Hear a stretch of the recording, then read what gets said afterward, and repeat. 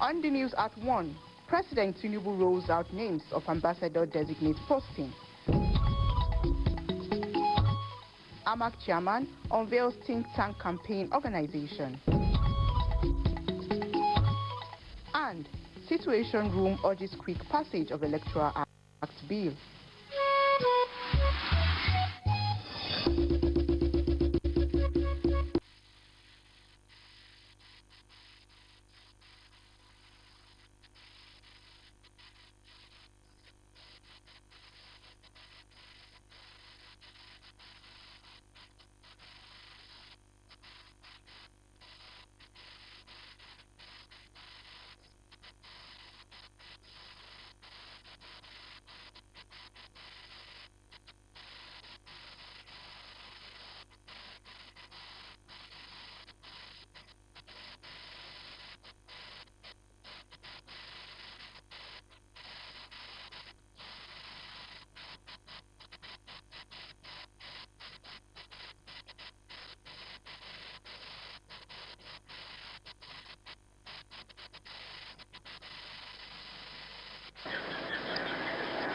Good afternoon and welcome. Come to the news at 1 on the Unity Station, NCA Channel 5 Abuja. I am Rabia Shaib.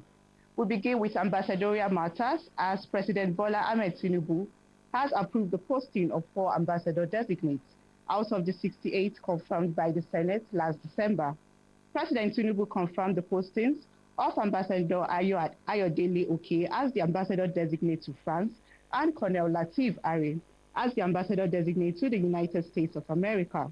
Also confirmed by the President is the posting of Ambassador Amin Danhatu, former ambassador to South Korea, as the High Commissioner-designate to the United Kingdom. Usman Issa Dankiri Suleiman, former governor of Kebbi, is the ambassador-designate to Turkey, where the President is scheduled to begin a state visit next week. In a memo to the Ministry of Foreign Affairs, President Tinubu urged the ministry to notify the governments of the 4 countries about the ambassador designates in accordance with diplomatic procedures.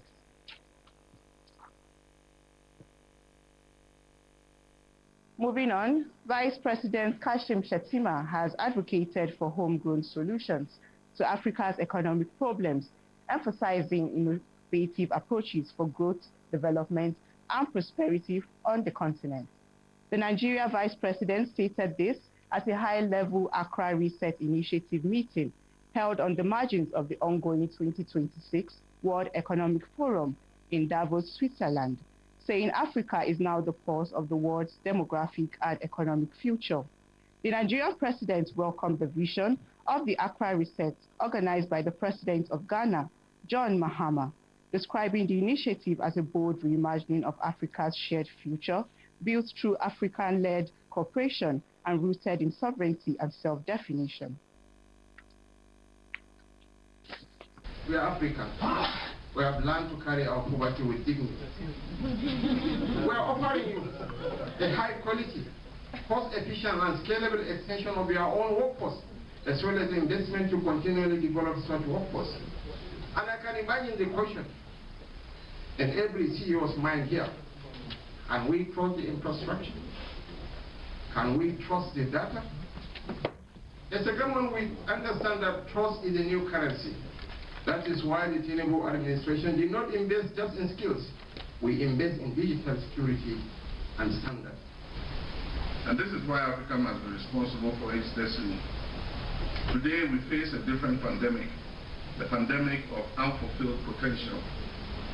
Millions of young people have no jobs, health systems that collapse at the first crisis, economies that extract our resources but build nothing long-lasting. That is why the Accra Reset has come to be, to inspire leaders to stop complaining about the system that has changed or is changing, and to build a way through it.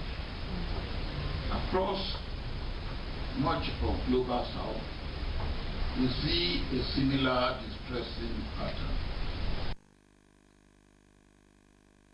House correspondent Abdurrahman Jibrila reports that the essence is to galvanize support for governments in Africa to rethink their strategies from transforming economies and address the numerous challenges confronting the people.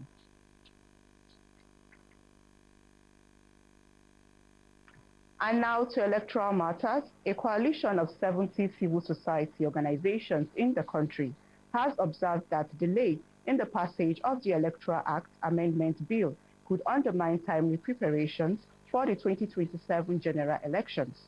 The COS, under the banner of the Nigeria Civil Society Situation Room at a media briefing in Abuja, noted that the Independent National Electoral Commission, INEC, is legally required to issue the notice of election next month. Timothy Yusuf now reports. The Nigeria Civil Society Situation Room believes that for the electoral management body INEC to plan, implement and sensitize stakeholders under a revised legal framework, the Electoral Act Amendment Bill must be passed and assented to well in good time. Any further delay would place the entire 2027 election cycle at risk, as he stressed that credible elections are the foundation of democratic governance and national stability. This is not the responsibility of INEC, let's be very clear. It's now the responsibility of Senate that has not concurred with the House of Representatives. You know, when it does that, you know, and the President speedily sign assent, okay, then that would build some measure of confidence on the general environment.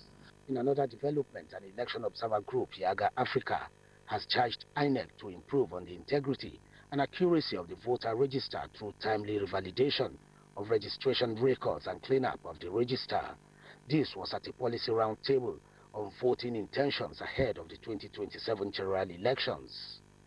What the National Voter Intention Survey is about, it's really helping stakeholders understand where citizens are with respect to preparations for 2027 elections. Let me reaffirm INEC's openness to partnerships that advance electoral integrity, citizen participation, and democratic consolidation. We will continue to improve on all aspects of the electoral process, including higher voter turnout that will reflect the people's choice and mandate. Yaga Africa is stemming the tide ahead of the 2027 general election, conducted series of national voter intention surveys aimed at testing prevailing assumptions about voter interest and participation, while identifying the key drivers and barriers to citizen engagement. It indicates that while 76% of Nigerians are unaware of the recent electoral reforms, 60% view voting as a civic duty, not a choice. Timothy Yusuf, NTA News. And now, Chairman Abuja Municipal Area Council, Christopher Zaka Mekalangu, has unveiled a think tank campaign group to boost his re-election bid in the February 2026 FCT Area Council elections. Deborah Gazaji-Maika, who witnessed the ceremony in his office, reports. The group, comprising youth and women, aims to mobilize support as well as votes for Mekalangu's second-time bid. Mekalangu has received endorsement from different groups, including the APC, who praised his performance and promised him re-election. I have done something that everyone can see. I provide infrastructure to my people. You go out there, you see roads, so many schools, health centers. I have to back my people what they deserve. On that note, they are asking me to go back. By the grace of God, coming back second time will be better than the first time. The group coordinator, Mekalangu's Supervisory Councillor Special Duty, Emmanuel Inyang, assured the AMAC chairman of delivering on his mandate, which is mobilizing votes across the 12 political wards in Abuja Municipal Area Council. Keep of it at the gate of AMAC to let Nigerians know that we are all out to ensure that the chairman of AMAC come back for the second term. The campaign group unveiled a mega billboard at the AMAC Secretariat. Mekalangu is set to officially flag off his campaign next week. In Abuja, Deborah Gazaji-Maika, NTA.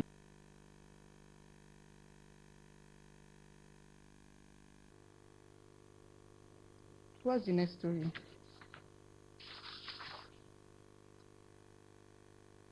Workshop.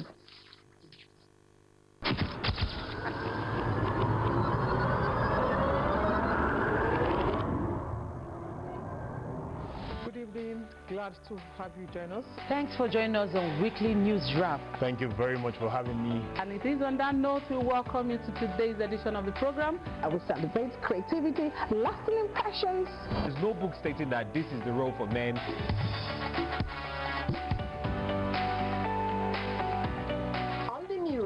On the news at 7. The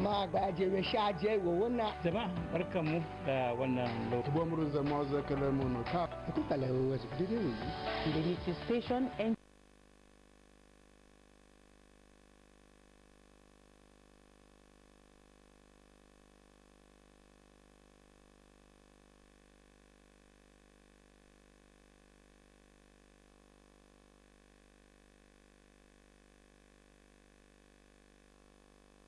Channel 5, Abuja. Would say have a lovely day.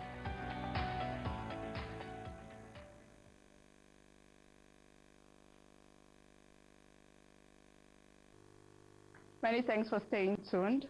Promoting accountability and transparency for sustainable national development is the focus of a 2-day capacity building workshop for Auditors General for local governments across the state. Ramatu Abdullahi reports that the Director General of the National Institute for Policy and Strategic Studies, Professor Ayo Omotayo, delivered the keynote address, urging participants to embrace global best practices. The workshop is to build the capacity of Auditor Generals for local governments, as their function is crucial to achieving good governance at the grassroots.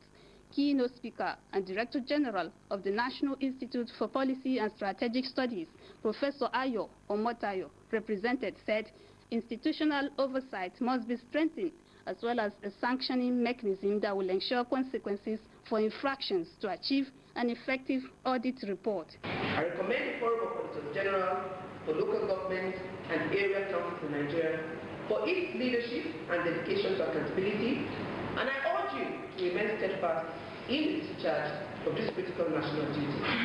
Representatives of the Accountant General of the Federation and Auditor General of the Federation advocated for collaborations with local government administrators and leveraging technology and best practices to maintain standards. Across the globe and within our national context, accountability is no longer a slogan.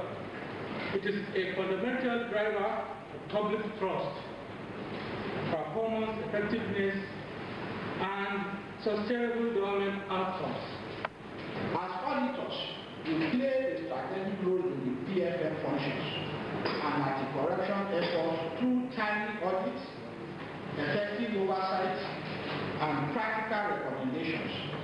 We serve as the first line of defense against mismanagement of public funds. The chairman of the Forum for Auditor Generals for Local Government said they are committed to improving their capacity to operate independently and achieve results. It is a call to action. It recognizes that the foundation of a thriving nation is not laid solely in federal capitals, but in the towns, districts, communities where our people live, work, and aspire. It is at the local government level that the rubber of policy meets the road for implementation. The theme of the workshop is strengthening local government accountability for sustainable national development. Ramatu Abdullahi, NTA News. And now members of Vision Drama Missions, also known as Vision Films Academy, FIFA, has paid a courtesy visit to the management of the Nigerian Television Authority, NTA Channel 5 Abuja, to explore areas of partnership in youth development and media literacy. The visit is aimed at strengthening collaboration on the academic's flagship initiative, The Future Alters. Hakimat Aliyu. During the meeting, representatives of the Vision Film Academy outlined their programs aimed at equipping young Nigerians with essential skills in digital filmmaking, ethical journalism, and media literacy. The team also highlighted a special project targeted at persons with hearing impairment as part of efforts to promote inclusivity within the media space. Receiving the delegation, the General Manager of NTA Channel 5, Olukemi Fakaye, alongside management staff, commended the initiative and assured them of the station's continued engagement and possible collaboration in line with its mandate of promoting national development through quality programming. As an organization, film organization, we are reaching out to secondary schools within the community, within the FCT, to train them in filmmaking, and to the deaf community. We're establishing deaf in media. So we have come here to seek partnership for media coverage, which they've received us, and we appreciate the management for the warm reception. We're looking forward to empowering and making the deaf community relevant in our society. So we are launching out the deaf in media, and it is our belief that they shouldn't be looked down upon in the society. So we want to bring them forward, we want to empower them, we want them to feel belong. We hope that with this visit, the world will get to know what we do, because it's actually something that we see very important, and we also hope that the general public will also see importance in it, knowing that the time we are, it's a media time, and this is a training to train people on how to make use of the media in order to reach out to a larger audience. Vision Film Academy noted that such partnership would enhance the visibility of their activities and initiatives nationwide. In Abuja, Hakimat Ali, NTA News. And moving on to environmental matters, the indiscriminate disposal of nylon bags across the environment has continued to raise concerns among environmentalists and public health experts. Beyond littering the surroundings, nylon waste is known to block drainages, cause flooding, and expose residents to health hazards. Environmental correspondent Atabe Williams tells us more.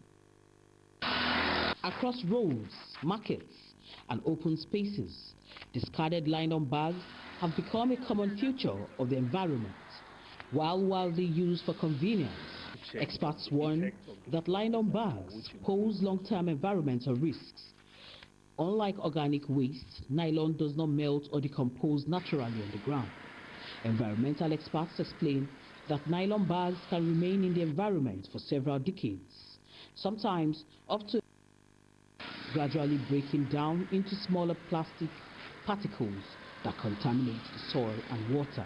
Polythene bags doesn't decompose in the environment. It takes over 100 years before decomposition.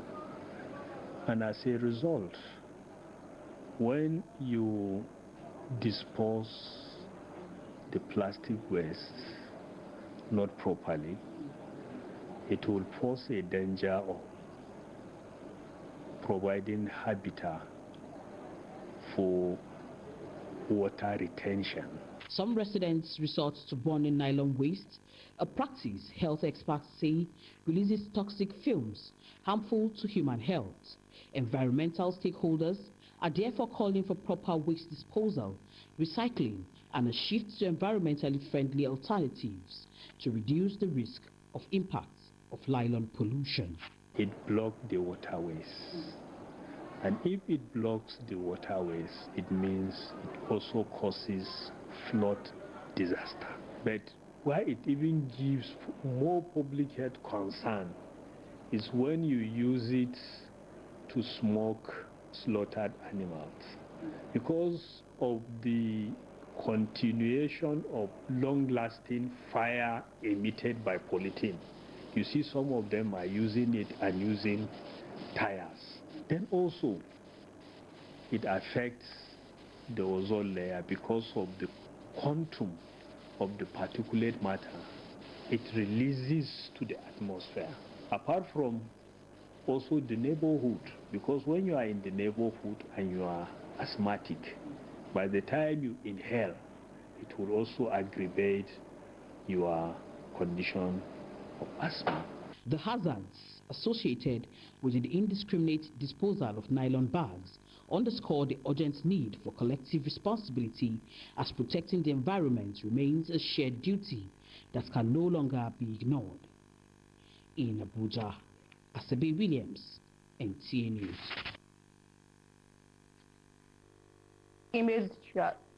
And now the images you're about to see can be quite disturbing. Viewers' discretion is advised. The police has evacuated a corpse of an unknown male said to be in his late 30s under the Dantata Bridge along Airport Road, Abuja. The evacuation was done very early Friday morning, days after the unknown man died at the location. A member of the evacuation team said they got the call from the police early today. However, the information is that the corpse had been at the location for more than 4 days and had started to decompose, emitting a stench days before. He disclosed that the corpse is suspected to be a destitute who had been seen residing underneath the Dantata Bridge for some time.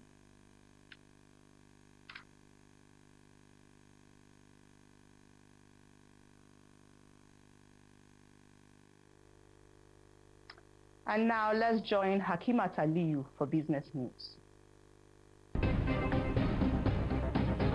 Thank you for joining us on Business News this week. I'm Hakimat Aliyu Ibrahim.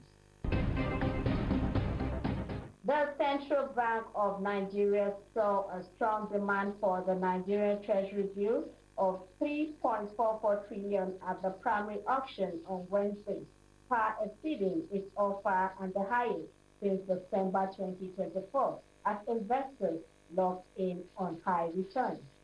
At the primary market auction this week, the CBN put up a total offer of 1.15 trillion across the three maturities.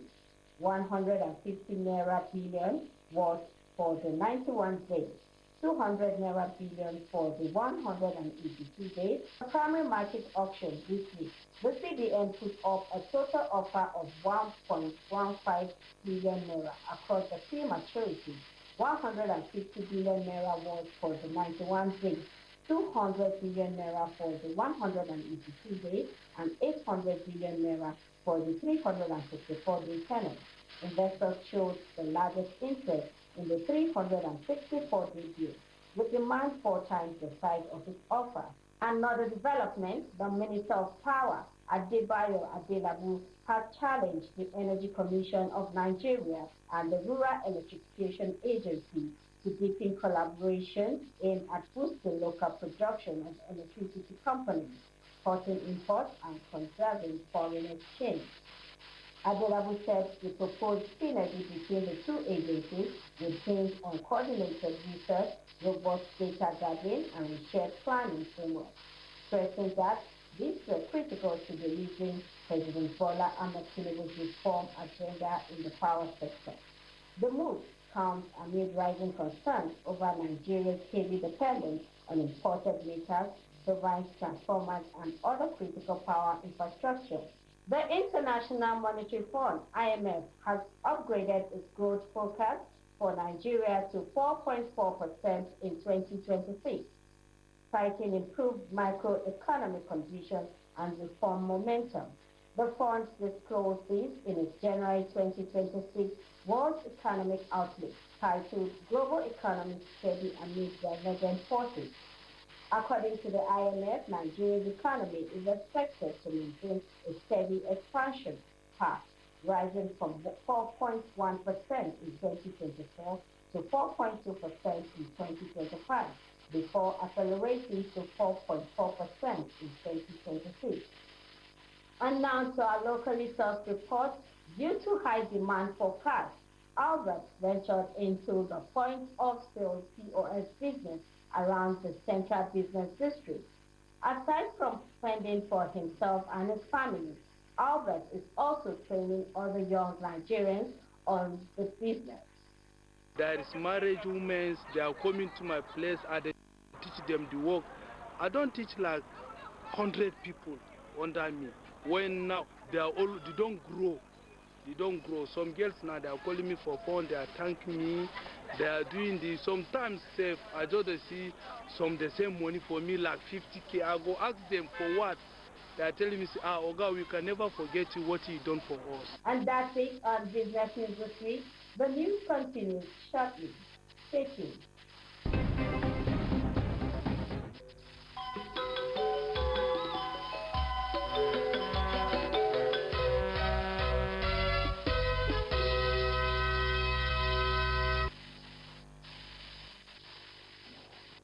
And now let's see what's trending in the world of sport. The Confederation of African Football (CAF) is expected to announce its decision on the disciplinary case involving Morocco and Senegal before Tuesday, following crowd disturbances that disrupted the final of the 2025 African Cup of Nations. Sources indicate that CAF's disciplinary committee is working within a tight time frame, with a verdict on Senegal's involvement possibly reached within the 48 hours. Senior CAF officials are said to be directly involved, highlighting the seriousness of the matter as the governing body moves to protect the integrity of the competition and enforce its disciplinary code. Meanwhile, legal proceedings have commenced in Morocco for Senegalese fans arrested during the final. 18 supporters were detained following incidents of disorder and vandalism at and around the stadium. The accused appeared in court on Thursday, though details of charges remain undisclosed. Investigations are ongoing, with CAF yet to issue an official statement on possible additional sanctions. In another development, CAF is considering postponing the 2027 African Cup of Nations. The proposed shift is linked to plans to realign the tournament calendar to a 4-year cycle beginning in 2028. Officials are reportedly concerned that no host nation is fully prepared for the 2027 schedule. And back home, Remo Stars have been sanctioned by the Nigerian Premier Football League following crowd violence during the matchday 20 fixture against Ikorodu City. The club was fined a total of 8 million naira for security failures, supporter misconduct, and damage to property, including the Ikorodu City team bus. With Sports Brief, Wayne Dogo, NTA News. And that concludes the news at 1 on the Unity Station, NTA Channel 5, Abuja. Many thanks for staying tuned. I am Rabia Shaib.